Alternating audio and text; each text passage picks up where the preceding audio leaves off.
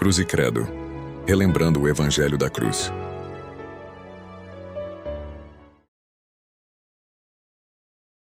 Santificado por Ele.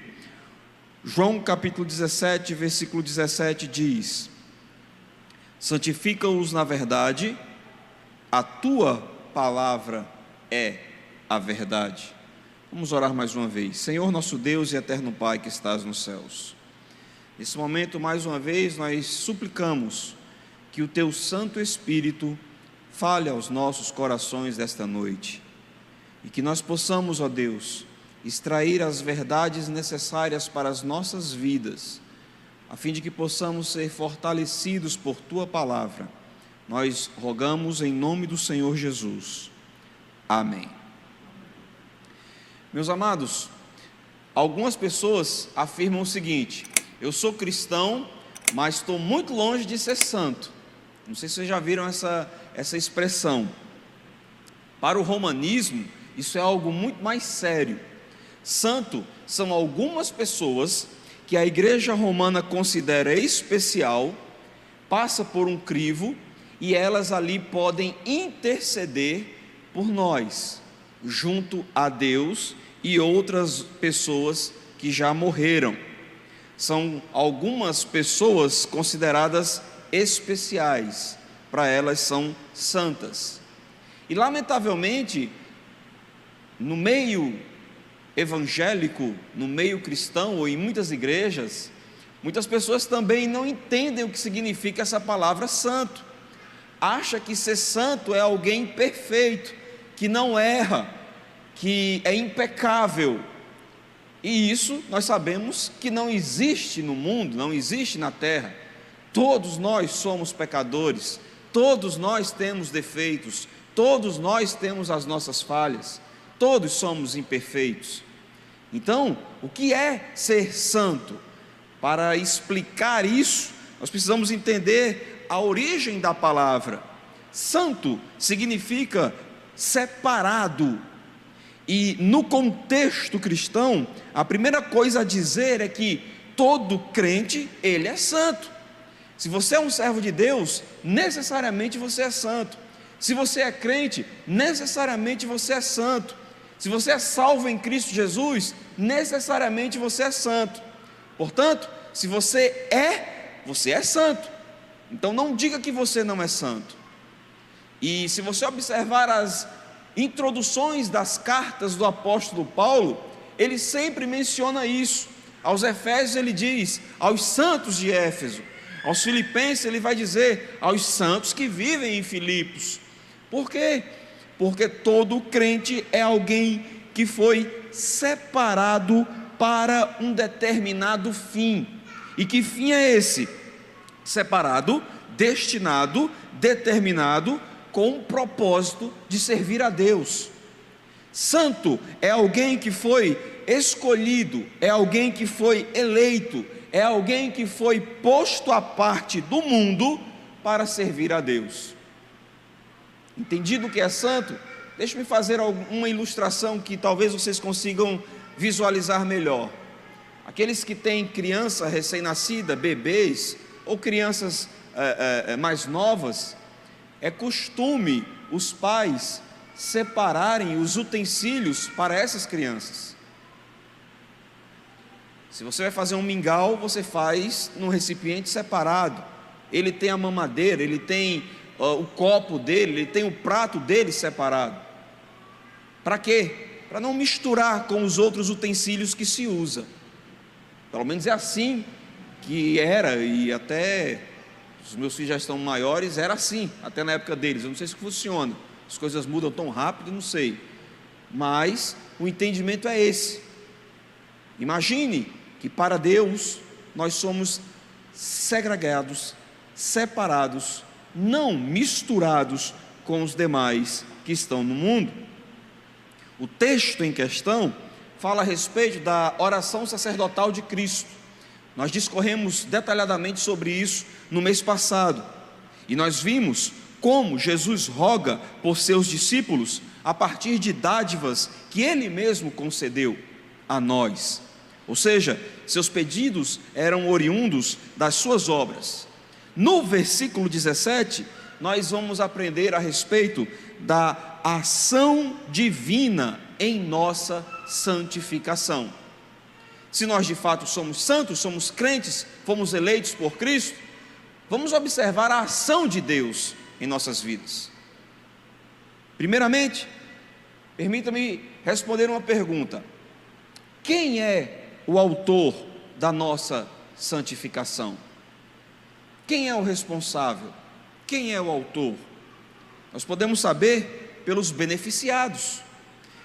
Veja que no versículo 17, o Senhor Jesus diz: santifica-os na verdade. Observe o pronome oblíquo aqui, os. O que significa esse pronome oblíquo, os? Vamos esperar o nosso irmãozinho se acalmar, ele está meio que agitado. O pronome oblíquo os mostra exatamente que é um grupo de pessoas separadas. Veja o versículo 6: manifestei o teu nome aos homens que me deste do mundo, eram teus, tu nos confiaste, e eles têm guardado a tua palavra. Ou seja, são os eleitos de Deus, são os eleitos por Deus, logo, são os escolhidos por Deus. Essas pessoas que são escolhidas por Deus, Ele é o autor dessa santificação, porque foi Ele quem separou essas pessoas, foi Ele quem elegeu essas pessoas. E sobre essa eleição, nós precisamos observar algumas características dela, porque por meio dessa eleição, nós podemos conhecer a Deus, o autor dessa eleição. E a Confissão de Fé de Westminster diz o seguinte: que Deus, segundo o seu eterno e imutável propósito, antes que fosse o mundo criado, escolheu em Cristo para a glória eterna os homens que são predestinados para a vida, para o louvor da sua gloriosa graça. E é isso que o texto no versículo 6 vai nos mostrar. O próprio Senhor Jesus Cristo orando ao Pai e dizendo ao Pai: olha, Pai, estes que tu me enviastes, eu manifestei o teu nome a eles. Estes que foram escolhidos por ti, eu mesmo me responsabilizei para salvá-los. E é interessante que nós vemos isso quando ele fala: eles eram teus. E aqui o verbo está no passado. Vocês conseguem observar? Eles eram de Deus, mostrando que os eleitos sempre foram do Senhor. E essas duas características da eleição são muito importantes. A primeira delas é que a eleição é eterna, vem desde a eternidade. Veja em Efésios, no capítulo 1, versículo 4, está projetado aqui, os irmãos podem acompanhar, o apóstolo Paulo falando a respeito da nossa eleição.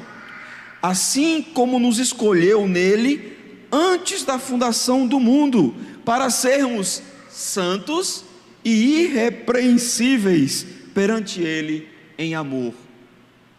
Primeira coisa que precisamos entender é isso, que nós não fomos escolhidos aleatoriamente, não foi ao acaso, não foi um acidente que nos tornou servos de Deus, muito pelo contrário. Antes da fundação do mundo, desde a eternidade, o Senhor já nos predestinou, já nos elegeu, já nos escolheu para sermos santos. E agora, se existe esse aspecto eterno, também existe o aspecto histórico. Se antes da fundação do mundo você foi escolhido e separado por Deus, houve um momento na história em que você reconheceu que era pecador, em que você reconheceu o sacrifício de Cristo, o momento em que você se converteu, o momento em que você enxergou que a única maneira de viver uma vida eterna é por meio do sacrifício de Cristo. Esse é o momento histórico, é o momento na história onde ocorre a sua eleição, a sua salvação. E isso nós podemos entender quando lemos em Apocalipse capítulo 13, versículo 8, também está projetado. Veja que coisa interessante. Apocalipse capítulo 13, versículo 8: e adorá-lo todos os que habitam sobre a terra, aqueles cujos nomes não foram escritos no livro da vida do Cordeiro, que foi morto desde a fundação do mundo. Ora, quem é o Cordeiro? O Senhor Jesus Cristo. Nós sabemos que Cristo morreu há 2000 anos atrás, não foi isso? E como é que está escrito aqui que o Cordeiro foi morto antes da fundação do mundo, ou desde a fundação do mundo? Será que há um mal entendido aqui? É óbvio que não. Esse texto nos mostra que não existe passado, presente, nem futuro para Deus. Deus olha da eternidade, em um tempo só. Quando Ele diz que o Cordeiro foi morto desde a fundação do mundo, os seus propósitos eternos já mostravam que o Senhor Jesus Cristo morreria por nós. E como somos limitados a este mundo e a este tempo, isto na história ocorre há 2000 anos atrás. O mesmo se dá com a nossa eleição. Deus, o autor da santificação, é quem nos elege, e Ele o faz desde a antiguidade. Então nós podemos descansar nele e saber que Ele nos escolheu antes mesmo do mundo ser criado. Então quando alguém olha e diz assim para você: Deus tem um plano na sua vida, esta pessoa nem sequer imagina o que de fato Deus realmente tem feito e fez desde a fundação do mundo. E este Deus é soberano, este Deus é eterno, e eternos são os seus decretos, e Ele é o autor da nossa santificação. Agora, se a eleição é desde a eternidade, então por que que Cristo olha e diz, ou a santificação é desde a eternidade, o Senhor Jesus Cristo diz: santifica-os? Porque existe um agente para essa santificação, e esse agente da santificação é o nosso Senhor Jesus Cristo. Está projetado aí. Primeiro, porque Cristo manifestou as obras de Deus para nós. E aí o versículo 6 vai dizer mais uma vez: manifestei o teu nome junto aos homens deste mundo. Agora confira com o versículo 2 do capítulo 17 de João: assim como lhe conferiste autoridade sobre toda a carne, a fim de que ele conceda a vida eterna a todos que lhe deste. Em outras palavras, na primeira parte da oração sacerdotal, falamos isso no mês passado, o Senhor está dizendo, orando a Deus, o Senhor Jesus colocando-se a si mesmo. E este mesmo Deus que conferiu autoridade a Cristo sobre toda a carne, é o mesmo Deus que usou o Senhor Jesus Cristo para que Ele pudesse manifestar as obras de Deus em nossas vidas. E quando Ele manifesta as obras de Deus em nossas vidas, Ele nos traz a santificação, Ele é o agente dessa separação. Por isso Jesus veio do céu, para fazer exatamente este papel. Este é o sentido geral da encarnação do sofrimento de Cristo. Não é um Natal, não. Por quê? Jesus poderia ter vindo ao mundo e não poderia ter morrido. O que consuma a nossa salvação não é o nascimento de Cristo, mas sim a sua morte e sua ressurreição. É isso que garante. É por isso que nós vemos nas passagens do Evangelho, Satanás usando, por exemplo, Pedro e dizendo: não, Senhor, não faça isso contigo, não sofras tudo isso. E Jesus olha para Pedro e diz: arreda-te, Satanás, porque tu és para mim pedra de tropeço. Foi exatamente para esse propósito que Cristo veio, morrer na cruz do Calvário, morrer e cumprir a obra de Deus, para que todo aquele que nele crê seja santificado, seja escolhido, seja separado por Deus. Ele é o mediador da nova aliança.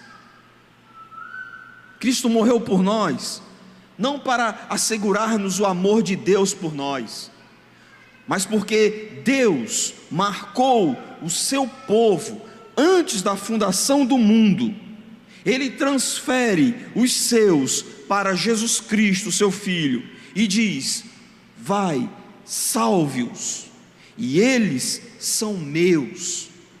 É assim que funciona o mecanismo da salvação. É por isso que nós lemos que Deus amou o mundo de tal maneira que deu o seu Filho para esse propósito. É por isso que o apóstolo Paulo diz que Deus estava em Cristo, reconciliando consigo o mundo. E mais que isso, é por meio dessa obra que nós vemos que o Senhor Jesus Cristo executa a obra do Pai, morrendo na cruz do Calvário. Por Ele mesmo, em sua morte na cruz, sem Ele, jamais poderíamos ser santificados.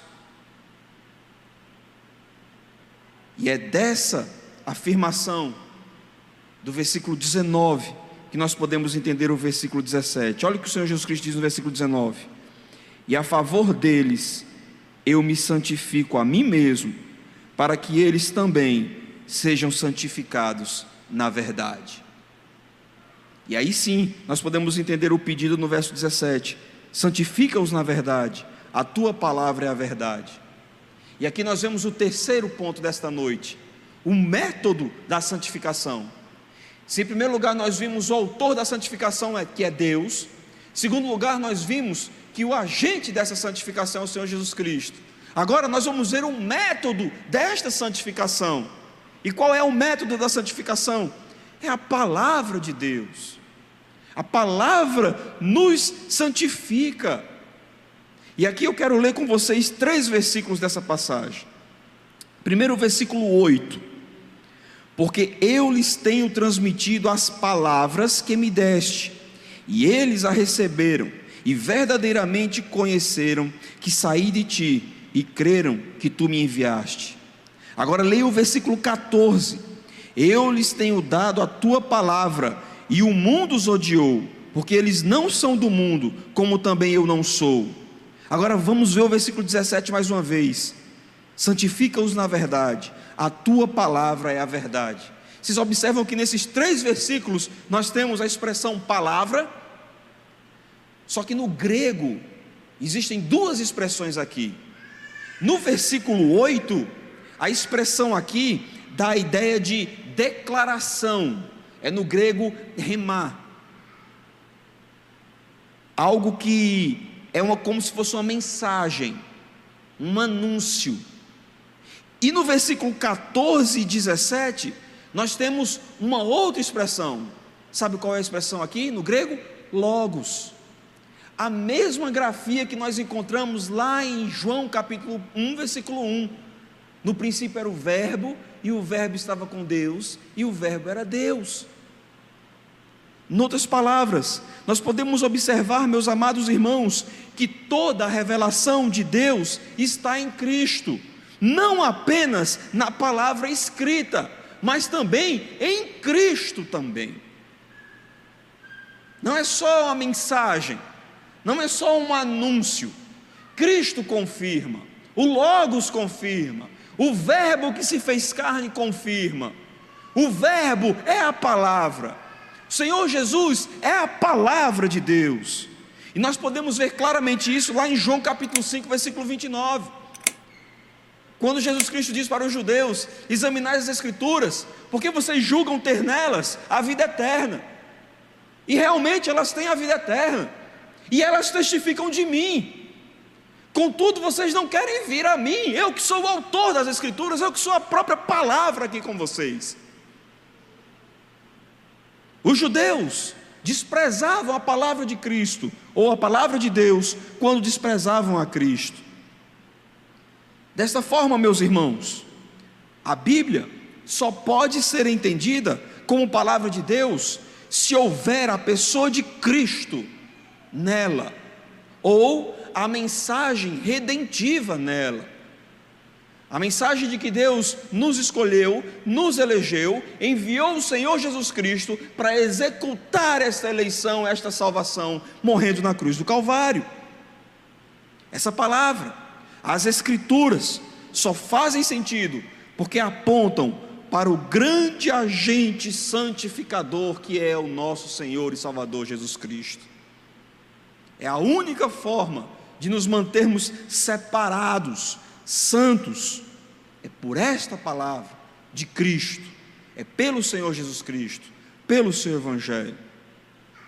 E uma outra coisa interessante, meus amados, do método da santificação, é que a palavra, além de ser esta forma que Deus usa para nos santificar, ela também é uma das maneiras de sermos guardados deste mundo mau. Veja o versículo 15: não peço que os tires do mundo, e sim que os guardes do mal. Eles não são do mundo, como também eu não sou. Essa palavra que nos santifica, ela nos guarda, ela nos guia, ela nos orienta, ela nos protege do pecado e das suas consequências. Nela nós nos abrigamos, nela, que também contém Cristo, nos santificamos. E quarto e último lugar nesta noite, vamos falar agora a respeito da ação desta santificação na vida dos santos. Primeiramente, depois que nós nos arrependemos e nos salvamos em Cristo Jesus, o arrependimento é seguido de algumas atitudes daqueles que realmente são separados por Deus. A primeira delas é que nós guardamos todas as mensagens que contém o Senhor Jesus Cristo em nossos corações. Mais uma vez eu quero repetir o versículo 6: manifestei o teu nome aos homens que me deste do mundo. Primeira manifestação. Segundo, eram teus. Mais uma vez aqui a característica da eleição, nós já falamos. Tu nos confiaste, ou seja, Deus levou-nos a Cristo e Ele nos salvou. E agora, essa característica de quem é santo: e eles têm guardado a tua palavra. Você quer ver realmente aqueles que de fato são servos de Deus? Aqueles que amam as Escrituras, aqueles que amam a palavra de Deus, aqueles em que realmente a palavra de Deus toca em suas vidas e faz sentido. Aqueles que você chega para conversar, abre as Escrituras, eles gostam de ouvir a palavra do Senhor, a mensagem das Sagradas Escrituras. Lamentavelmente nós encontramos pregações hoje em que o pastor sequer leva a Bíblia para o púlpito, sequer menciona textos bíblicos, e quando menciona, cita-os e deixa-os para lá. E muita gente tem gostado desse tipo de pregação. Mas aqueles que realmente são santificados por Deus, eles guardam essa palavra, e elas de fato fazem sentido em suas vidas. Segunda característica da ação na vida dos santos é que eles glorificam a Cristo. Versículo 10: ora, todas as minhas coisas são tuas, e as tuas coisas são minhas, e neles eu sou glorificado. O que significa isso, meus amados irmãos? Quando nós vivemos o Evangelho de Cristo, quando nós somos testemunhas de Cristo, quando nós mostramos ao mundo quem de fato é o Senhor Jesus Cristo e a sua obra, o nome do Senhor é glorificado com as nossas vidas. Às vezes a gente pensa que louvar a Deus é só cantar aqui na igreja, cantar em casa, cantar onde a gente estiver, ou cantarolar. A música é uma das formas de louvar a Deus. A música é uma das maneiras de glorificar o seu nome. A principal delas não é a música, é através das nossas vidas, é através do testemunho que nós damos a respeito do Evangelho. E a última característica, e talvez a mais dolorosa para nós, é que os santos são odiados pelo mundo. Olha o versículo 14: Eu lhes tenho dado a tua palavra, e o mundo os odiou, porque eles não são do mundo, como também eu não sou. Aqueles que realmente guardam a palavra de Deus não são convenientes, ou melhor, coniventes com o sistema pecaminoso adotado pelo mundo. Ao contrário, nós andamos na contramão do mundo. Eu estava comentando hoje pela manhã com a minha família, e hoje também na escola dominical, que eu tenho andado por aí, e cada vez mais eu tenho percebido algumas pessoas que é difícil a gente distinguir se é homem ou se é mulher. São pessoas deformadas. Eu não sei se são homens querendo serem mulheres ou mulheres querendo serem homens. É uma coisa bizarra, é uma coisa absurda.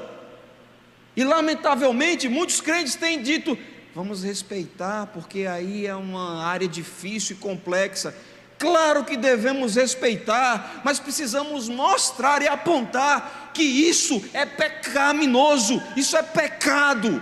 Deus fez homens e fez mulheres, e caminhamos para um sistema, para um mundo onde antigamente era homossexualismo, depois foi aumentando, e agora as pessoas não estão mais satisfeitas em ser homossexuais e querem transformar de sexo, querem ser trans, e temos que engolir isso e dizer que isso é normal, que isso é natural. Isso não é normal, isso não é natural, isso é pecador, isso afronta a criação de Deus.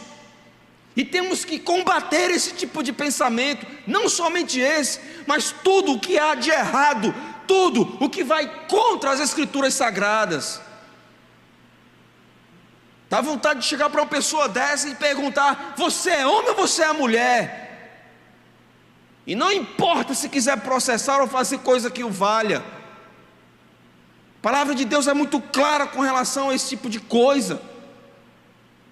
Fora as outras aberrações que nós vemos, estruturas familiares todas destruídas, e muitos crentes achando isso a coisa mais natural do mundo, elegendo líderes que vão de encontro aos princípios que nós cremos, e achando isso muito bom, preocupados só com o bolso, e não preocupados com princípios. E é duro, porque às vezes quando a gente vai falar, não, tem que tomar cuidado, que isso é um assunto muito polêmico, pode gerar polêmica, pode gerar processo, pode gerar divergência. Nós não devemos nos preocupar com polêmica, nós devemos estar focados no que a palavra de Deus diz, e falar a verdade, doe a quem doer. E é isso que significa ser santo. Não é que você não erre, não é que você não peque, mas é que você não é conivente com tudo que há no mundo que se opõe às Escrituras Sagradas. É claro que nós não vamos agredir as pessoas, é claro que nós não vamos ofender ninguém, mas é necessário que a gente fale a verdade, porque nós, como servos de Deus, somos a sua igreja neste mundo, somos a luz, somos a voz de Deus falando para este mundo. E se nós nos calarmos, até as pedras clamarão. E é isso que significa ser odiado pelo mundo, porque o mundo odeia a verdade da palavra de Deus, o mundo odeia os princípios da palavra de Deus, e nós, ao contrário, amamos a palavra, amamos os seus princípios, amamos os seus preceitos. E se isso fere ao mundo, continuemos amando a palavra do Senhor, mas não nos calemos de transmitir os seus princípios, os seus valores. E por fim, meus amados, concluindo, só crê em Cristo para a salvação aqueles que foram escolhidos por Deus para serem salvos em Cristo e separados para servirem a Deus, anunciando sua palavra. Dessa forma, muitas vezes nos opomos ao mundo e aos seus prazeres, razão pela qual nós poderemos ser odiados por esse mundo, porém guardados por Deus mediante a sua palavra e a intercessão do nosso Senhor e Salvador Jesus Cristo. Deixe-me fazer algumas aplicações para as nossas vidas. A primeira delas, meus amados irmãos, é que um crente é primariamente alguém segregado do mundo. Nós podemos, pelas suas atitudes, dizer se uma pessoa é crente ou não, mas não podemos prever se ela é eleita ou não. A eleição compete ao nosso Deus, mas todos aqueles que são eleitos necessariamente dão testemunho, necessariamente não são coniventes, não se misturam com o mundo. Isso é muito interessante, porque embora estejamos no mundo, não pertencemos a ele, e logo o mundo vai perceber que nós somos diferentes. A segunda aplicação é que nós somos um povo separado por Deus e para Deus. E se nós somos de Deus, Ele cuida de nós, Ele cuida da sua propriedade. Eu tenho certeza que vocês aqui têm propriedades, vocês têm famílias. Vocês não aceitam que ninguém invada a sua propriedade, vocês vão proteger a sua propriedade. Vocês vão proteger seus filhos, vocês vão proteger sua família. Vocês não deixam que qualquer pessoa entre e faça o que quiser na sua casa. E nós temos o direito de defender. Se nós que somos homens, humanos, pecadores, sabemos reconhecer isso, imagine a Deus. Por isso é que nós lemos lá em 1 Pedro capítulo 2, versículo 9, o apóstolo Pedro dizendo o seguinte: vós, porém, sois raça eleita, sacerdócio real, nação santa, povo de propriedade exclusiva de Deus, a fim de proclamardes as virtudes daquele que vos chamou das trevas para a sua maravilhosa luz. Vocês percebem isso? Olha as características que ele dá aqui. Primeiro, nós somos uma raça separada, ou melhor, eleita, escolhida. A igreja romana acha que somente tem os seus sacerdotes. A palavra de Deus vai ao contrário disso. Nós somos o sacerdócio real de Deus. Todos nós somos sacerdotes. Nós somos uma nação que foi separada, um povo que é uma propriedade exclusiva de Deus. Agora, o mais interessante é que o apóstolo Pedro não inventou essas palavras, não. Lá no Antigo Testamento, em Êxodo capítulo 19, versículos 5 e 6, Deus já dizia isso para o seu povo: agora, pois, se diligentemente ouvirdes a voz e guardardes a minha aliança, então sereis a minha propriedade peculiar dentre todos os povos, porque toda a terra é minha.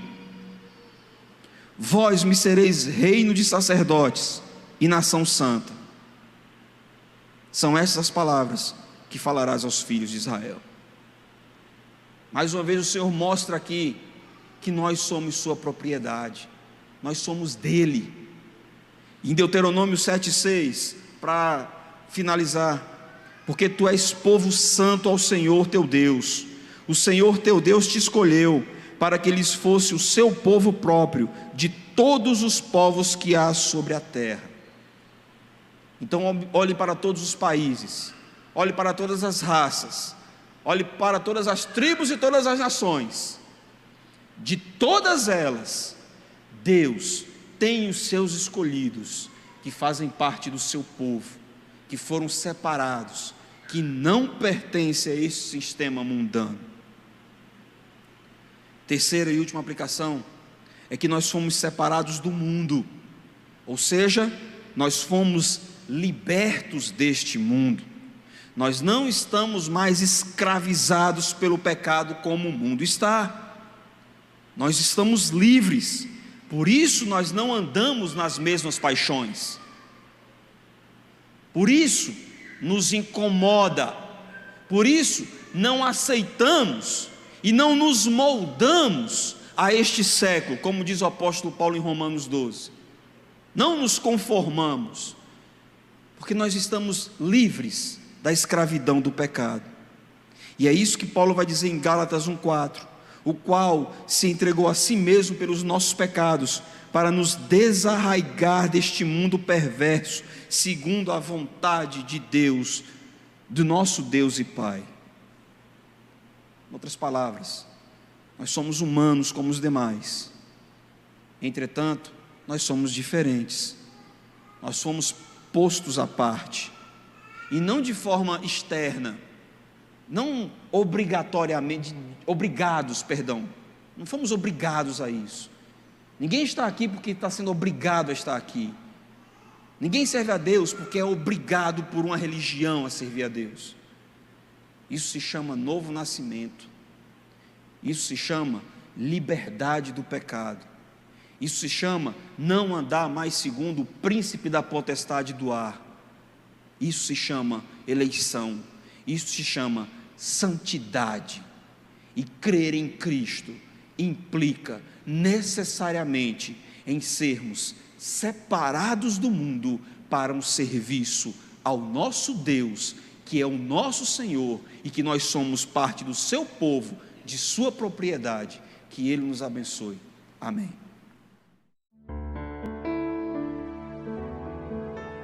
Cruz e Credo, relembrando o Evangelho da Cruz.